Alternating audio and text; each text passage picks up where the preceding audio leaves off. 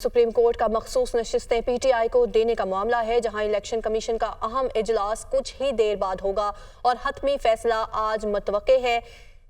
इस हवाले से मजीद आगाह करेंगे नुमाइंदा दुनिया न्यूज वकार सईद। जी वकार, अपडेट कीजिए।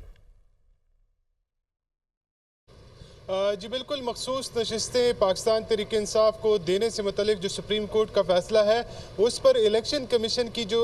पहली मुशावरत थी गुज़िश्ता रोज़ वो बेनतीजा ख़त्म हुई थी, जिसके बाद ये फैसला किया गया था कि आज दोबारा जो है मुशावरत होगी। कल चीफ इलेक्शन कमिश्नर जो है वो उनकी मसरूफियत थी, जिसके बाद वो इस इजलास में ज़्यादा टाइम जो है वो नहीं दे सके थे। ताम जो दीगर 3 मेंबरान थे वो इसमें शरीक हुए थे। आज अब से कुछ देर बाद ये दोबारा जो है वो इजलास होने जा रहा है, जिसमें चीफ इलेक्शन कमिश्नर के अलावा जो बाकी मेंबरान हैं वो इसमें शरीक होंगे, जबकि जो लॉ विंग के हुकाम हैं उनसे मजीद जो तजावीज़ थी और जो ब्रीफिंग है वो तलब की गई थी, जिसके बाद आज तवक्को की जा रही है कि जो सुप्रीम कोर्ट का फैसला है उससे मुतल्लिक इलेक्शन कमीशन अपने तौर पर कोई भी उसूली मौक़िफ़ जो है वो अपना सकता है। जबकि जो गुज़िश्ता रोज़ इजलास था उसमें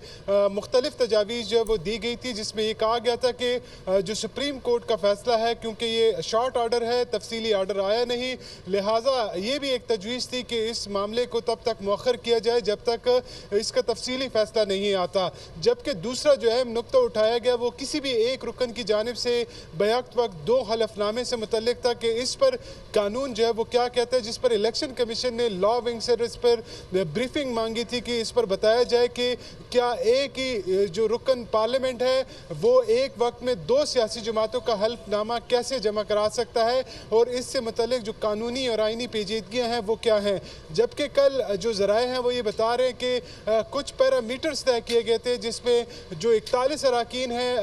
उनके जो फॉर्म 33 हैं यानी कागजात नामजदगी, उनको जो खलफनामा है उससे टैली करने की जो है वो एक तजवीज़ सामने आई थी, जिस पर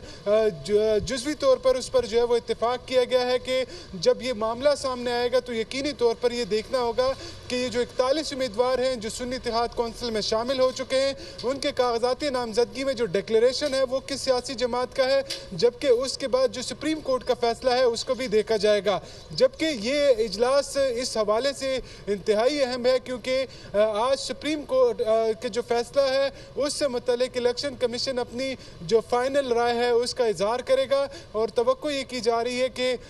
जो आज ये जो इजलास है पीटीआई को देने का मामला है। वकार हमें अपडेट करे थे, आपका शुक्रिया।